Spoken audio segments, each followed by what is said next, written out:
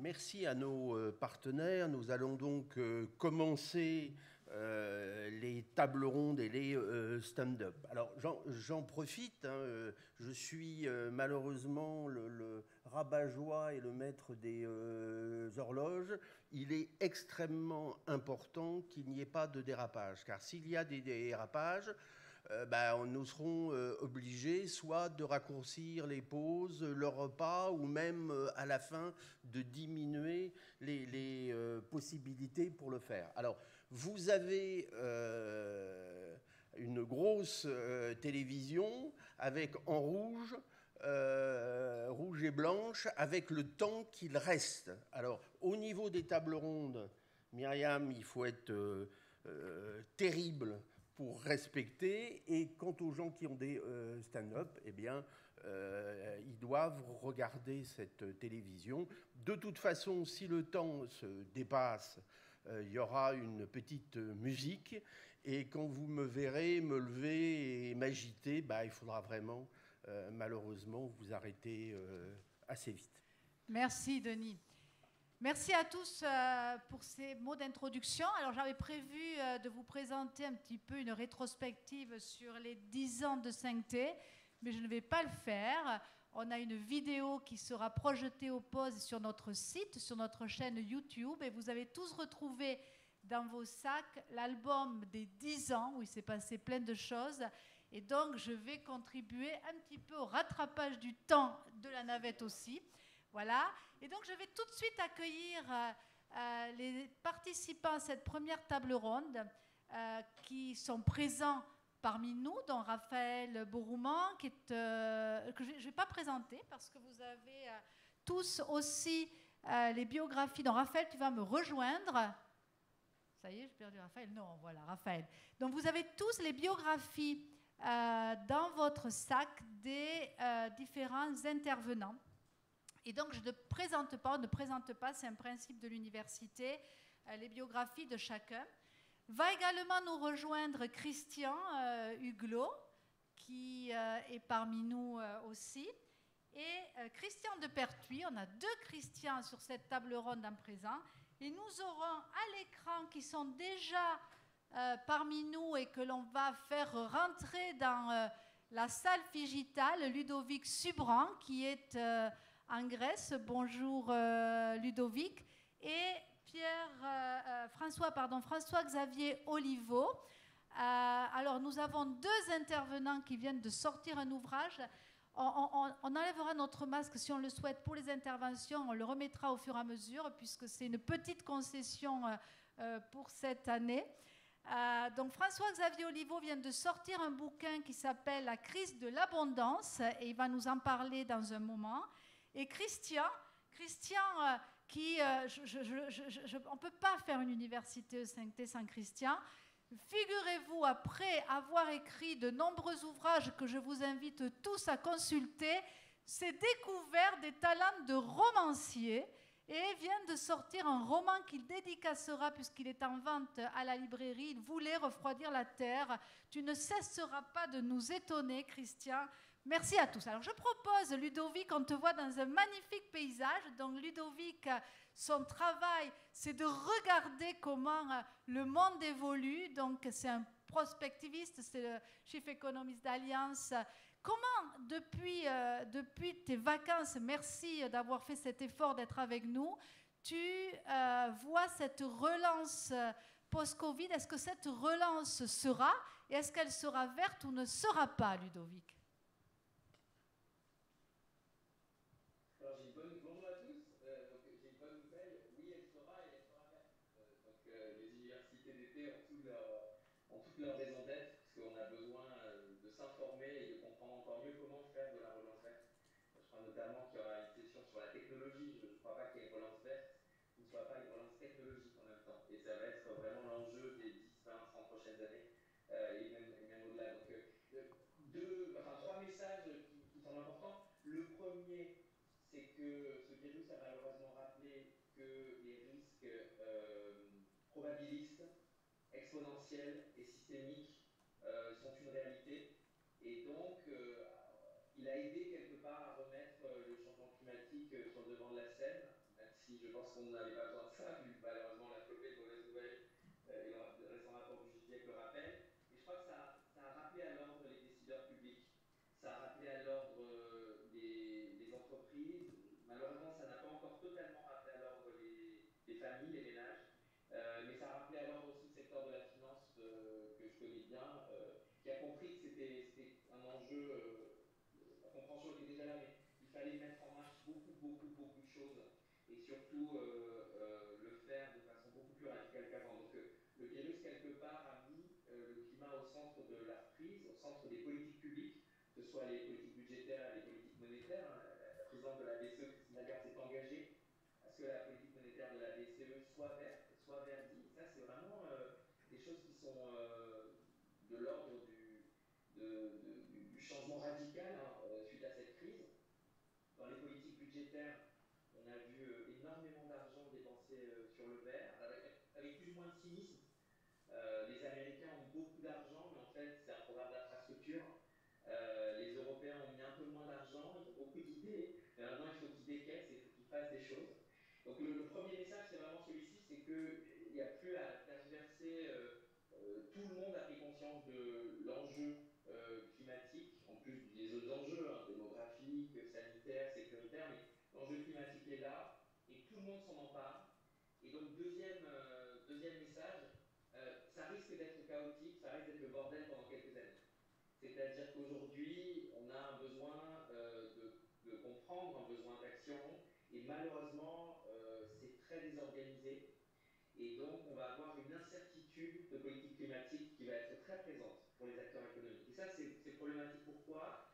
Parce que le fait qu'on hésite sur la fiscalité, sur le prix du carbone, sur quelle technologie soutenir avec la politique industrielle, sur comment faire de la politique de relance verdie, ça crée beaucoup de bruit pour les agents économiques et ça n'enclenche peut-être pas les bonnes dynamiques. Je pense notamment aux firmes et à leur investissement.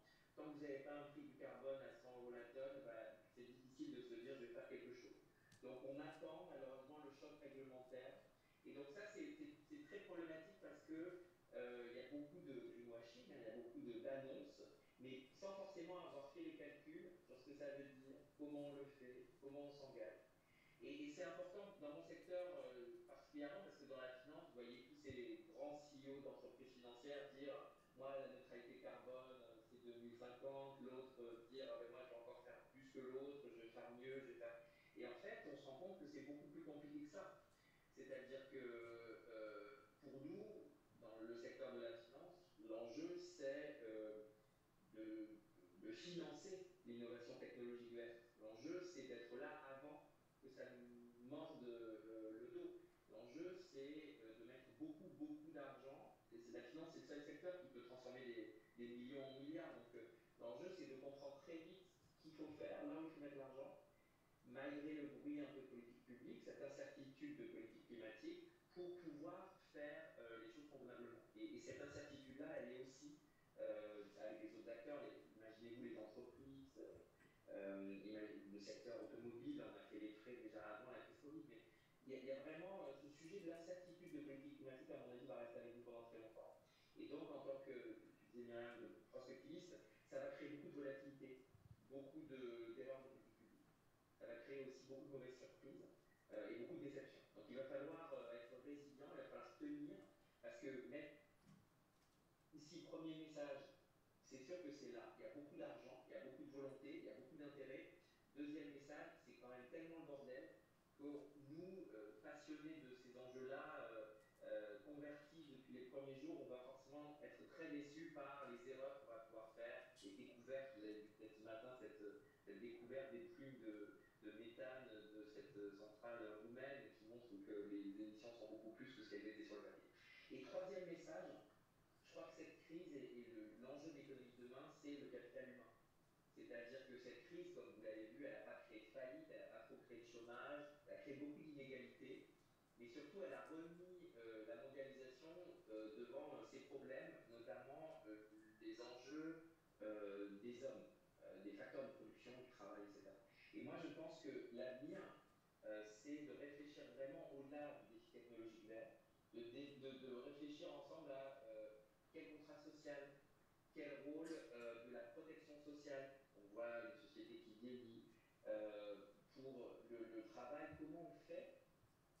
le paquet sur la requalification, la formation, l'intermédiation des métiers du verre. Aujourd'hui, vous avez plein de gens qui sont dans des emplois zombies. Ils sont au chômage partiel parce qu'ils sont dans la restauration, ils sont dans les boîtes, et puis ils ont eu les confinements successifs, etc. Personne n'a pris ces gens-là et leur a dit viens faire de la rénovation thermique des bâtiments, viens apprendre un métier qui va être dans le domaine vert pour ramer des machines, pour l'industrie, etc. Et moi, en tant qu'économiste, moi je fais de l'économie financière des marchés. Je pense que il y a plein d'effets de la transition énergétique sur toutes ces variables-là, mais ce qui est, à mon avis, le grand oublié aujourd'hui, c'est pour ça que c'était super que ces universités d'été commencent avec des écoles d'ingénieurs qui forment des gens qui font ça, c'est que le capital humain, l'économie du capital humain va être presque aussi importante, si ce n'est plus importante, que cette économie technologique verte. Et je crois qu'on met pas assez d'efforts, d'argent à comprendre, à former, à requalifier. Et la France doit, si elle veut être une grande nation verte, faire un plan Marshall vraiment de la formation continue, apprenante, diplômante sur les métiers du verre pour être une grande puissance de la transition énergétique et écologique. Voilà, je m'arrête là sur les trois messages. Merci Ludovic. Donc des moyens, mais c'est pas facile. Ça reprend le propos de Jean-François Fontaine. Et il y a quand même du pain sur la planche avec une question de solidarité. Alors Christian, je suis sûre que tu as travaillé après ton roman sur ce rapport du GIEC. Est-ce que tu peux nous dire un peu le niveau de prégnance et ton analyse sur ce rapport du GIEC et où on en est quel est le bilan? Bien, alors, je crois que d'abord le rapport du GIEC nous permet de définir rigoureusement ce qu'on appelle la neutralité carbone et la neutralité climatique. Et c'est très important. Au plan global, ce qui fait chauffer la planète, ce n'est pas le flux des émissions, c'est le stock de gaz à effet de serre qui est au-dessus de nos têtes. La neutralité climatique, c'est arriver à une situation où le flux d'entrée dans le stock, nos émissions de gaz à effet de serre, va être égal ou inférieur au flux qui quitte l'atmosphère.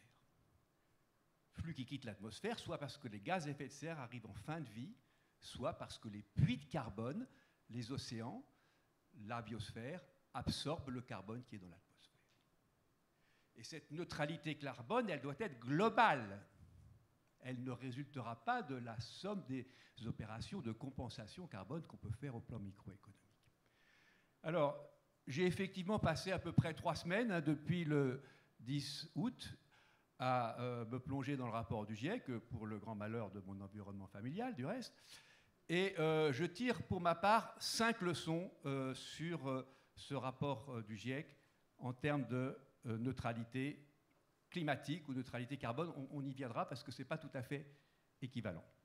1. Le rapport du GIEC met les pendules à l'heure. Nous avons un budget carbone global qui représente la totalité des émissions de gaz à effet de serre qui sont compatibles avec des niveaux de cibles climatiques.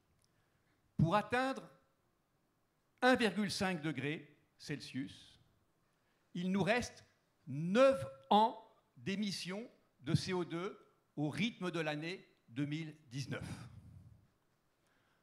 Pour atteindre une cible de 2 degrés Celsius, il nous reste un peu plus de 20 ans pour épuiser le budget carbone au niveau des émissions de 2019. Donc la première leçon de ce rapport, et ce n'est pas le premier rapport du GIEC qui dit ça, c'est que le temps est compté, l'horloge climatique continue à tourner, et nous continuons à envoyer plus de CO2 dans l'atmosphère que la capacité d'absorption par les puits de carbone.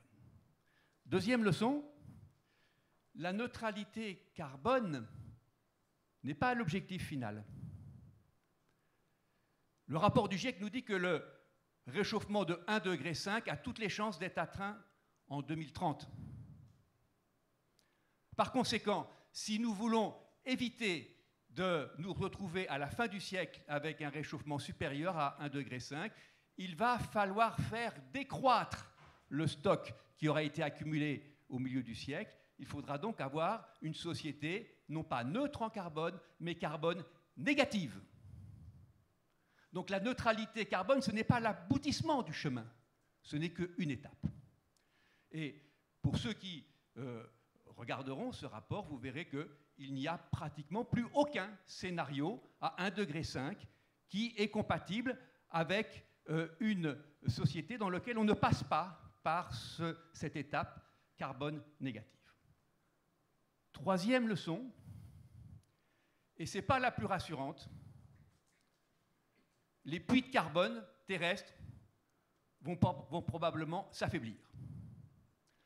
À l'heure actuelle, lorsque nous envoyons 100 tonnes de CO2 dans l'atmosphère, nous en avons à peu près 56% qui est absorbé par l'océan ou par les forêts et l'usage des sols. Donc seul le reste va dans l'atmosphère. Malheureusement, le réchauffement climatique induit une perte d'efficacité de ces puits de carbone naturels. Et dans les scénarios les plus émissifs, le GIEC anticipe que ce ne serait plus 56% du CO2 qui serait absorbé par les puits de carbone et qui donc n'irait pas dans l'atmosphère, mais de l'ordre de 30 à 33%. Ça veut dire que l'effort de réduction des émissions brutes doit être encore plus important, ou des efforts d'innovation pour essayer de contrecarrer cette perte de puissance des puits de carbone. Quatrième leçon, et je surveille mon chronomètre, parce que résumer le rapport du GIEC en 10 minutes, ce n'est pas simple. Il n'y a pas que le CO2 qui compte. Il y a les autres gaz à effet de serre et les polluants locaux. Je ne rentre pas dans les détails. Mais il y a un gaz à effet de serre sur lequel il faut agir extrêmement rapidement, c'est le méthane. Aujourd'hui, dans le stock des gaz à effet de serre qui est au-dessus de nos têtes, le méthane contribue au réchauffement pour 0,5 degrés Celsius. C'est 2/3 de ce que contribue à réchauffer le CO2. Il n'y a pas de marche vers la neutralité carbone si nous n'élargissons pas les efforts de réduction de gaz à effet de serre au méthane. Pour une part, ce méthane est un sous-produit de l'énergie fossile, mais la plus grosse partie du méthane émis par les sociétés humaines provient de l'agriculture et du traitement des déchets, donc ça provient du carbone vivant. Et ça nous montre que seule la transition énergétique qui consiste à sortir des énergies fossiles ne permettra pas d'atteindre la neutralité climatique. Il faut aussi agir sur ce que j'appelle le carbone vivant, à savoir les émissions de gaz à effet de serre qui sont liées à l'usage des sols, l'agriculture, la déforestation. Et j'étais extrêmement heureux de savoir que le vice-président de cette région était aussi un éleveur dans les Deux-Sèvres, éleveur qui faisait des pratiques biologiques et qui se trouve évidemment confronté à cette question des émissions de méthane. Cinquième et dernier point, est-ce que nos objectifs, et notamment, est-ce que l'objectif européen de la neutralité carbone à l'horizon 2050 est compatible avec les scénarios bas carbone du GIEC? Et là, vous voyez qu'on rentre dans quelque chose, ça fait partie un peu des angles morts de la politique européenne. Est-ce que vous croyez vraiment que tous les pays du monde vont devoir atteindre la neutralité carbone en même temps en 2050? Non. Qui a le plus de moyens de réduire les émissions de gaz à effet de serre? L'Europe ou le Nigeria ou l'Iran ou la Russie bon. Donc, vous voyez bien que si nous voulons atteindre la neutralité carbone globale en 2050, il faudra que certains pays aillent plus vite que d'autres. Et évidemment, il va apparaître dans les années qui viennent, dans le débat public et dès la COP de Glasgow, en novembre prochain, que la neutralité carbone en 2050, sur laquelle s'alignent à peu près tous les bien-pensants du climat, n'est pas suffisante pour une puissance économique qui se veut être à l'avant-garde du combat contre le changement climatique. Merci pour votre attention. Merci Christian. Merci, toujours très clair. Je vous ai dit qu'on pouvait être lucide et optimiste. Alors, Christian Huglot, qui est un avocat environnementaliste de la première heure, quel est... Non, tu n'es pas tout seul. Je salue Corinne Lepage, qui est une habituée, Madame la Ministre, qu'on aime tant avoir et qu'on verra un peu plus tard. Christian, quel est le regard avec votre vision juridique que vous portez sur la situation? Bien, d'abord, première chose, c'est effectivement, je vais vous parler de la part du droit et de la force du droit dans ce domaine particulier. La difficulté que vous avez soulignée, et qui est considérable, effectivement, c'est la faiblesse du droit international. La Convention de 1992, pratiquement, organise des COP, mais est-ce que vous croyez qu'à la sortie des COP, il en résulte du droit international? On a beaucoup discuté sur les effets juridiques de l'accord de Paris. Alors, comment il faut faire? Je crois qu'il faut choisir un modèle. J'avais prévu de développer effectivement ce que fait l'Europe dans le Fit for 55 et effectivement le Green Deal. Il y a des choses très, très importantes à prendre. Mais je voudrais faire 2 observations préalables et fondamentales. La première, chère Myriam, c'est que vous avez parlé tout à l'heure sur la croissance verte d'espérance. Et vous avez totalement raison. Mais il y a une magnifique phrase de Václav Havel qui nous dit ce qu'est l'espérance. Il dit que l'espérance n'est pas ce que l'on peut souhaiter de mieux pour demain, c'est tout simplement faire que ce que l'on fait a du sens. Et ça, c'est ça la croissance verte, effectivement, cette idée-là. Deuxième observation, monsieur le maire, tout à l'heure, vous avez dit quelque chose de très intéressant sur le droit de l'environnement. On n'est plus dans le droit de l'environnement des années 80, de la qualité de la vie, du droit des pollutions, du droit des protections, etc. On est dans un droit tout à fait nouveau qui combine la protection du vivant, l'énergie et la santé humaine, qui sont les 3 piliers maintenant de ce droit nouveau que nous avons complètement raté, il faut dire les choses telles qu'elles sont, dans la réforme de l'article 1er la réforme de l'article 1er de la Constitution, dans lequel le texte disait la France garantit la lutte contre le réchauffement climatique et la protection de la biodiversité. Garantir était quelque chose d'extrêmement important. C'est une obligation de résultat qui pouvait être très bien comprise comme une obligation de moyens renforcés. Mais c'était effectivement quelque chose d'exemplaire qui aurait pu donner lieu à un nouveau droit, vu la faiblesse des décisions du Conseil constitutionnel dans ce domaine particulier, et qui ne nous éclaire pas aussi bien que d'autres grandes juridictions. Alors, si vous voulez, ces 2 observations faites sur la situation du plan européen qu'on appelle le Green Deal, qui est quand même quelque chose de passionnant et qui est très difficile à décrypter, 2 observations très simples. D'abord, premièrement, sur le domaine et la force du Green Deal. 3 observations. D'abord, c'est un plan qui est extraordinairement ambitieux. Moins 55%, c'est énorme. C'est quelque chose d'absolument considérable et très difficile à atteindre. Deuxième observation, c'est que ce plan est élargi à tous les domaines. Alors effectivement, j'ai sous les yeux un article que j'ai écrit sur l'Observateur de Bruxelles qui détaille tout ça. Je ne veux pas vous prendre... Car nous on le mettra sur notre site. Pardon ? Nous le mettrons sur notre site voilà, 5T. Exactement. J'en prépare un deuxième parce que c'est fort compliqué. Et la 3e observation, c'était l'idée de soutenir le programme lui-même, très ambitieux, élargi à la foresterie, l'agriculture, etc., par un programme financier considérable. 750 milliards d'euros sont derrière le sujet. Et c'est ça quelque chose qui est tout à fait attrayant. Alors sur le contenu lui-même, 3 choses à souligner rapidement. Premièrement, le règlement du 25 juin 2021, qui est un règlement, il n'est pas encore publié au journal officiel, mais il établit le plan de progression vers 2040 et 2050. 2030, 2040, 2050. C'est ça qui est très intéressant, avec la procédure à suivre et d'autre part, les observations à faire sur les États. Il n'y a pas de sanctions sur les États qui sont en retard, mais la Commission aura le droit de rendre public, effectivement, les défauts des uns et des autres. C'est l'opinion publique qui corrigera. La difficulté, c'est qu'effectivement, on ne sait pas très bien, Christian de Pertuis, je ne sais pas quel est votre avis là-dessus, on ne sait pas très bien dans le programme européen si c'est à prendre en considération le fait que l'on peut compenser les États qui sont en retard, est-ce que tout le monde doit être à niveau? C'est ça, il y a une certaine ambiguïté sur ce programme. Et la deuxième grande mesure, c'est zéro pollution.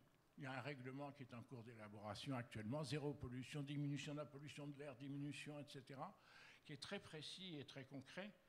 Et c'est les 12 mesures aussi que vous avez annoncées. Alors en fait, en réalité, il y a 8 mesures, mais il y a la liste, c'est un document technique, on a la liste de toutes les directives et tous les règlements qui vont être modifiés. Et donc, avec un calendrier, c'est-à-dire qu'en réalité, vous êtes en face d'un nouveau code de l'environnement climatique. C'est ça qui est tout à fait passionnant. Alors quand même, deux réserves sur le sujet. Première réserve, c'est que la Commission, malheureusement, a la capacité de négocier en dehors de ces critères, et notamment la convention avec le Canada, etc., met entre parenthèses tous ces efforts. Et ça, c'est quelque chose qu'il faut corriger, probablement. Deuxième observation, c'est que jusqu'à présent, l'Union européenne et la Cour de justice de l'Union européenne ne reconnaissaient pas les recours des citoyens déclarés irrecevables. Vous avez 45 Portugais qui ont fait des procès. Le tribunal de première instance les a déclarés irrecevables. La région de Bruxelles a essayé de faire un procès sur les OGM, déclarés irrecevables, etc. Et la Commission vient d'accepter avec le Parlement, le Conseil, de pousser la ratification complète de la Convention d'Aarhus qui oblige effectivement les États et les entités à assurer les recours individuels, n'est-ce pas? Ça, c'est tout à fait fondamental. Pourquoi? Parce que cette affaire climatique, elle est liée au contrôle des citoyens, à la société civile. Et quand on regarde, du point de vue même un peu de Sirius, l'évolution des choses, on peut avoir confiance, non pas dans les parlements, mais dans les juges. Il y a quand même quelque chose qui nous enseigne, c'est effectivement ce recours aux juges. Rappelez-vous la décision Urgenda en 2000. L'État hollandais est obligé d'augmenter sa diminution, si j'ose dire. Deuxième grande décision, la décision rendue par le Conseil d'État français dans l'affaire Grande-Synthe. Le Conseil d'État français demande au gouvernement de mettre à jour son plan climatique d'ici 9 mois, à peu de choses près. Donc ça va tomber au passage en pleine période électorale, d'ailleurs, si j'ose dire. Mais le juge a fait son travail sur cette question, a montré qu'on était en retard de façon absolument considérable. Et la plus grande décision, la plus intéressante, il y en a encore une derrière, la décision de la Cour de Karlsruhe, qui parle des générations futures et qui dit qu'effectivement, on n'a pas le droit de sacrifier. Et notre affaire, en vérité, de croissance verte, l'affaire de croissance verte, c'est une question de dignité humaine. J'avais envie de vous dire que la croissance verte ou la mort, mais c'est plutôt la croissance verte ou l'indignité de nos civilisations, de notre système. Nous avons en jeu cette question de la dignité humaine comme gardien de l'avenir. Et la décision la plus curieuse, la plus intéressante, ça intéressera ceux qui sont passionnés de RSE, c'est la décision sur Shell, qui dit, décision du 11 juin par le tribunal de première instance d'Amsterdam, je crois, ou Rotterdam, enfin, c'est La Haye plutôt.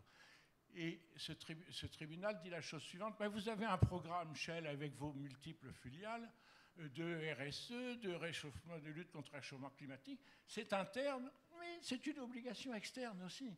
C'est comme dans l'affaire de l'Erika qu'avait poussé Corinne Lepage, qu'elle connaît bien. Dans l'affaire d'Erika, Total a été condamné parce qu'il n'a pas respecté son propre règlement. Ce qui fait que le RSE a une importance considérable, le droit mou une importance considérable. Alors j'en ai terminé, mais je vais vous dire pourquoi, à mon avis, la société civile peut faire confiance au juge. Il y a 3 raisons. La première, c'est que le juge est obligé de statuer lorsqu'il est saisi. Le Parlement peut créer une commission. Deuxième observation, c'est que le débat devant le juge est un débat contradictoire. C'est un débat de nature scientifique. Le petit a la place comme le gros. Chacun peut apporter ses preuves et il y a une construction qui se fait par dialogue intelligent. Et la troisième observation, c'est que le juge, effectivement, lui-même doit motiver sa décision. Et même si vous perdez votre procès, vous savez pourquoi. Et donc, il y a effectivement une conjonction d'une poussée de la société civile. Et une poussée, quand j'entends société civile, j'entends collectivité territoriale aussi. C'est ça qui a changé dans l'état actuel des choses. Ce sont plus simplement les ONG elles-mêmes, mais il y a une alliance extraordinaire entre les collectivités publiques et effectivement les groupes, si j'ose dire, de réflexion sur le sujet. Et donc, nous avons un étage qui a été monté et nous avons effectivement une pression sur les organes législatifs, mais avec la crainte du juge. Et la crainte du juge, c'est le commencement de la sagesse. Je vous remercie. Merci Christian. Alors, on a à distance François-Xavier. Alors, on terminera avec Raphaël qui va nous parler de croissance, parce que là, on met tous les bémols à la croissance, mais on a quand même des moyens mis en œuvre. François-Xavier Oliveau, donc la crise de l'abondance. Est-ce qu'on peut imaginer une croissance qui n'est pas une croissance trop forte, puisque vous décrivez, vous êtes financier, vous décrivez les excès de cette croissance. Ah, on a un problème de son, François-Xavier. Donc le Merci livre, beaucoup, madame. voilà. Vous m'entendez bien? Très bien, on vous entend, super. Super. Merci beaucoup pour cette invitation. Oui, ce que j'essaie de décrire dans mon livre, c'est effectivement cette logique d'une abondance à laquelle on a réussi à accéder, comme vous mentionnez. Un exemple, je sais que vous aimez bien, qui est l'exemple du tissu, par exemple. Le tissu coûtait, le mètre de tissu coûtait 2000 euros, ou l'équivalent de 2000 euros au Moyen-Âge. C'était un bien très rare. Aujourd'hui, on est sur une multiplication des collections, on est sur quelque chose qu'on peut acheter très facilement et qui est accessible pour tout le monde. Et on a accédé, en fait, depuis la fin du XVIIIe siècle, grâce à la révolution industrielle, à une abondance absolument invraisemblable, qui en soit une bonne chose. Et je veux vraiment insister là-dessus. L'abondance, c'est quelque chose qui permet à tous d'avoir un bien-être économique fort. Ça permet aussi de financer un certain nombre de services publics, les services publics de la santé. Ça permet de payer des gens en fin de vie, ou en tout cas après leur carrière, à avoir une retraite paisible. Donc c'est vraiment quelque chose de positif. Et la croissance doit être considérée comme un moyen d'atteindre cette abondance. La croissance, pour moi, n'est pas une fin en soi. C'est vraiment un moyen d'atteindre cette abondance. Ça veut dire que en corollaire, la décroissance au niveau mondial n'est pas une solution, puisque, comme vous l'avez constaté, on a beaucoup de chance en France, mais elle n'est pas partagée encore par tout le monde. Et il y a 6 milliards d'êtres humains aujourd'hui qui ont envie d'accéder à cette abondance et qui ont tout à fait légitimement le droit de le faire. Donc, on est entre guillemets condamné à une croissance au niveau mondial pour permettre justement à tous d'accéder au niveau de vie qu'on a. Donc, pour moi, la décroissance n'est pas vraiment une solution. En revanche, tout l'enjeu, c'est de régler les crises qui sont provoquées par cette abondance. Parce que c'est pas parce qu'on est dans l'abondance qu'il n'y a pas de crise, au contraire. Et notamment la crise environnementale est une crise de l'abondance, une crise de la consommation. Toutes les crises environnementales ont craigné à une époque qu'on manquerait de pétrole, qu'on manquerait de ressources, qu'on ne pourrait pas nourrir la terre entière. Et en fait, c'est le contraire qui s'est produit. On a finalement une abondance, un excès. Et c'est cette abondance-là qui crée la pollution. Quelques exemples. C'est l'abondance d'hydrocarbures. On pensait qu'on manquait de pétrole, mais finalement, on a une abondance d'hydrocarbures qui crée notamment qui contribue au problème de réchauffement climatique par l'émission de gaz à effet de serre, notamment du CO2. Le trou dans la couche d'ozone, c'était une abondance de CFC. Les pluies acides, c'était une abondance également de composants soufrés. Donc toutes les crises environnementales sont des crises de l'excès de consommation. Et toute la question, c'est de savoir comment on peut décarboner notre consommation, comment on peut la rendre plus verte. Et la bonne nouvelle, c'est qui est déjà confirmée par le rapport du GIEC. Il y a une question de vitesse qui est essentielle, mais l'abondance décarbonée est possible. Et donc la croissance verte est possible et même nécessaire. Et je vois pour moi trois briques et trois composants clés de cette croissance verte dans les décennies qui vont venir pour atteindre les objectifs de neutralité puis de négativité carbone, comme l'a rappelé Christian, puisqu'on doit devenir ensuite négatif en émissions carbone. La première brique, c'est la brique technologique. Vraiment, il faut insister là-dessus, c'est vraiment la technologie qui va nous permettre d'accéder à cette abondance décarbonée. La bonne nouvelle, c'est qu'elle progresse extrêmement rapidement. Sur les 10 dernières années, on a vu une division du coût des panneaux photovoltaïques absolument hallucinante, de l'ordre d'un facteur 10. Je vous rappelle, si vous vous souvenez bien, que le prix de rachat du kilowattheure dans l'environnement en 2008 était de 56 centimes. Aujourd'hui, on produit des kilowattheures de solaire à quelques centimes seulement. Les batteries suivent la même tendance de baisse de prix. On est sur des divisions par 8 ou 10 sur 10 ans. Donc on est sur des améliorations très rapides et très fortes.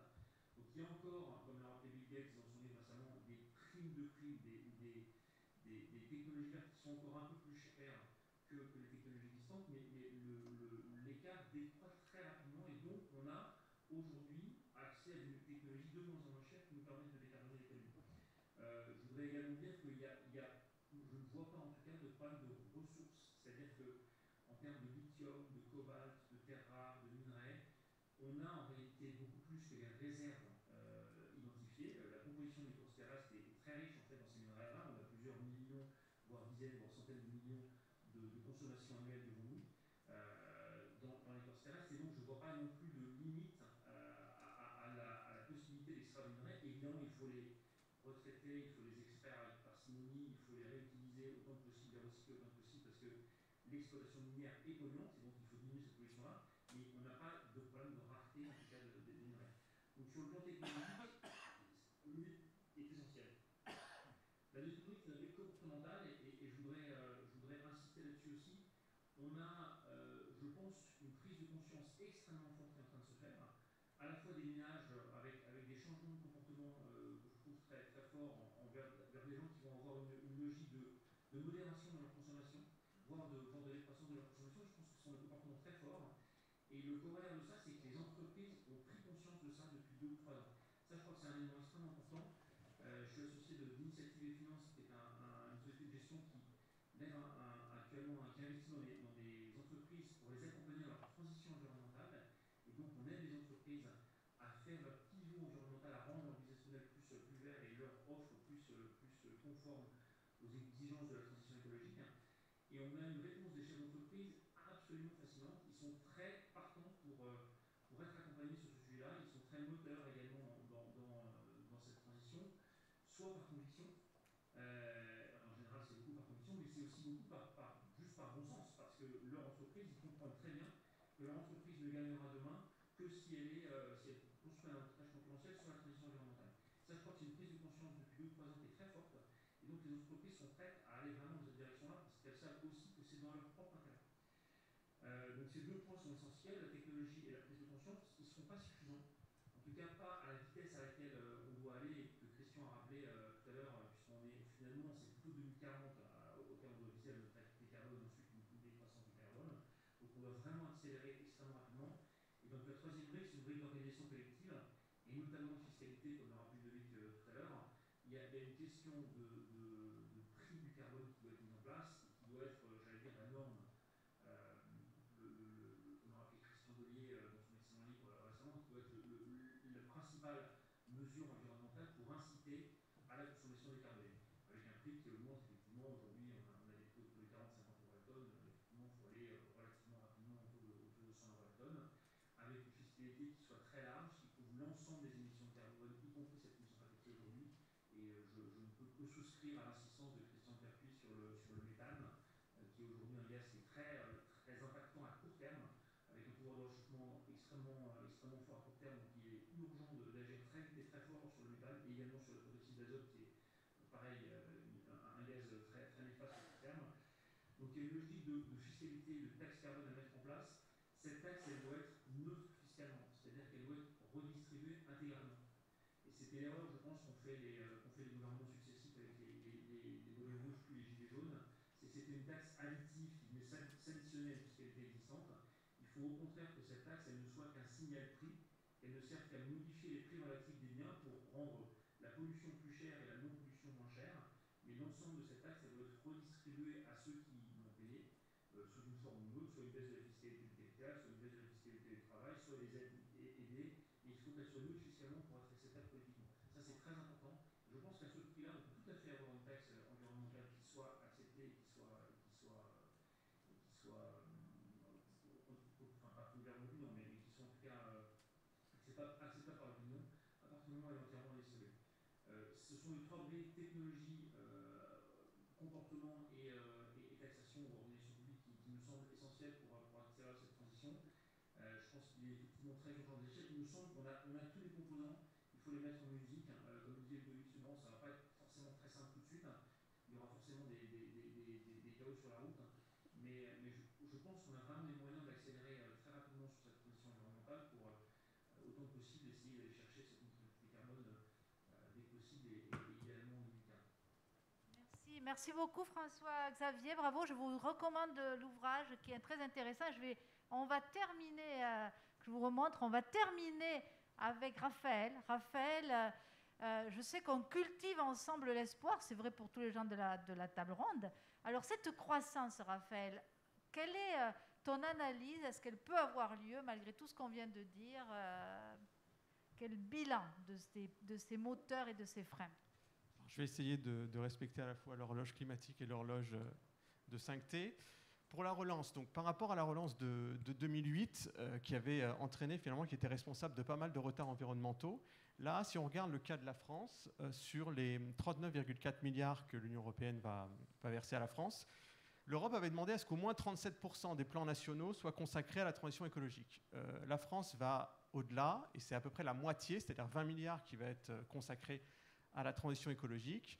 Alors, dans ces 20 milliards, il y a quoi? Il y a 5,3 milliards qui vont aller sur les technologies vertes, en particulier l'hydrogène vert, construire des électrolyseurs à hauteur de 6,5 gigawatts au total. Donc là, l'hydrogène vert permettra de contribuer à décarboner les industries lourdes, notamment le transport. Donc ça, c'est une technologie sur laquelle il faut évidemment miser, mais comme il y a une table ronde cet après-midi, je ne vais pas forcément développer là-dessus. Il y a une partie également qui va aller sur la rénovation énergétique des bâtiments, environ 6 milliards également. Donc là aussi, ça coche toutes les cases, puisque ça permet non seulement de réduire la facture énergétique, de réduire la précarité énergétique et de créer des emplois presque quasiment délocalisables.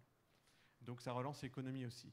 Il y a déjà plus de 4200 projets qui ont été lancés de rénovation de bâtiments d'État, mais ça concerne tous les types de logements.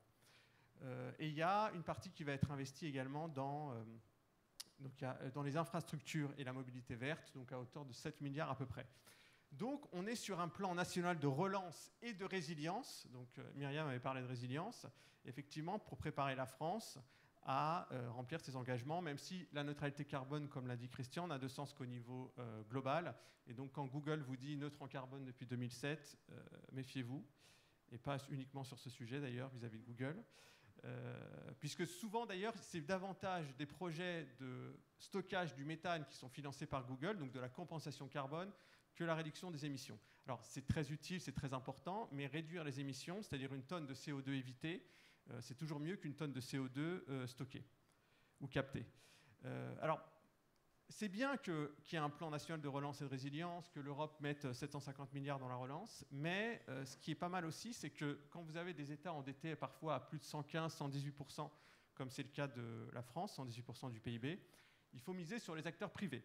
Et alors je ne sais pas si c'est l'éco-anxiété ou si c'est les décisions récentes qui font que vous avez chez les pétrogaziers un mouvement vers la décarbonation par des investissements dans les technologies de stockage, comme le cas notamment sur un projet en Norvège, et par le fait que leur offre se transforme de plus en plus vers une offre d'énergie globale plus que simplement du pétrole et du gaz, puisqu'ils ont compris que la stratégie devait être pilotée par la demande, et ce qui pilote la demande, c'est la consommation d'électricité. Donc les relais de croissance sont dans l'électricité.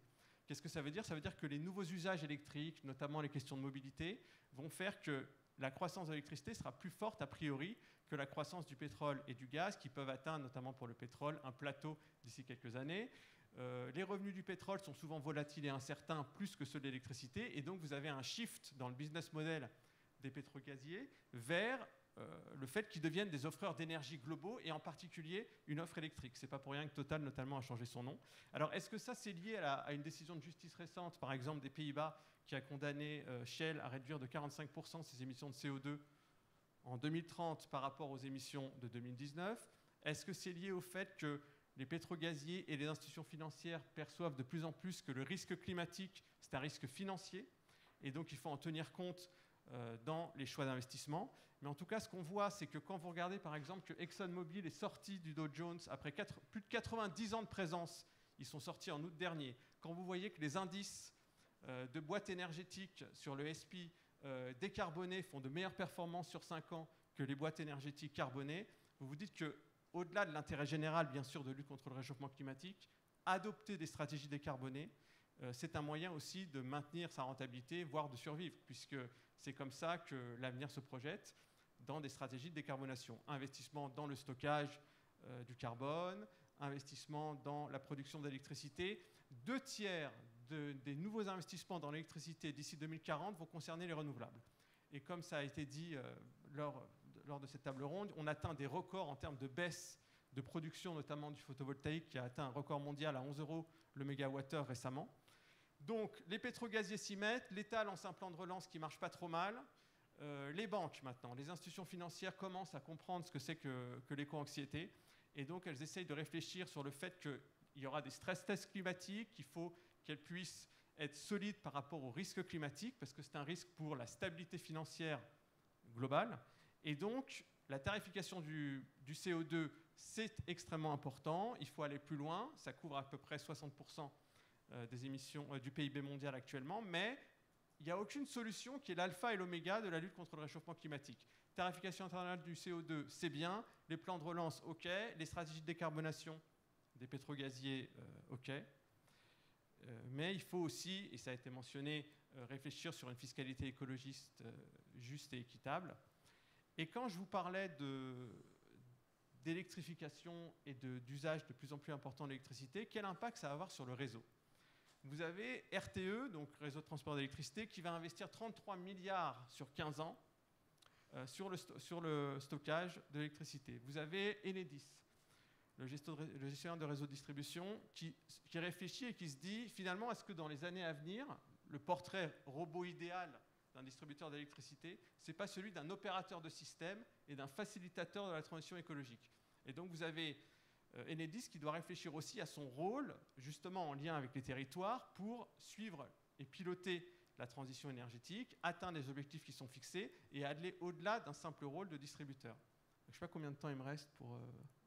2 minutes. Donc pour conclure, je dirais, on n'a pas de problème de ressources, on a un problème d'allocation de ressources. Si vous regardez la finance climat par rapport à la finance globale, la finance climat reste une niche à moins de 10% de la finance globale.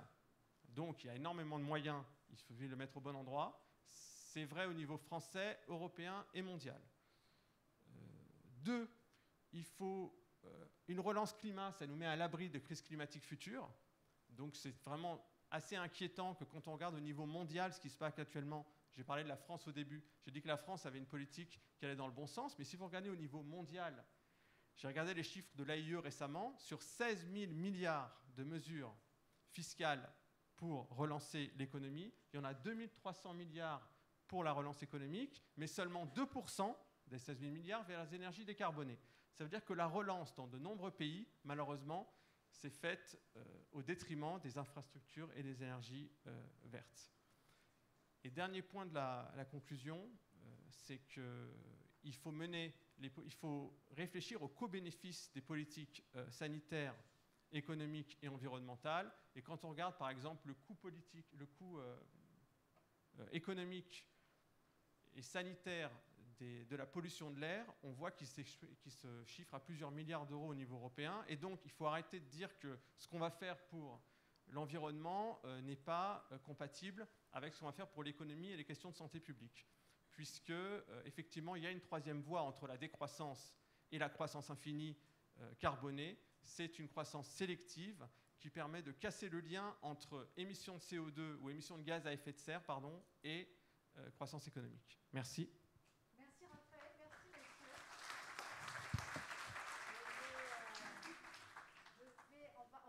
Conserver notre quart d'heure de retard, Denis. Donc, on va laisser à la table ronde suivante les 30 minutes et on aura l'occasion de réaborder tous ces sujets. Merci.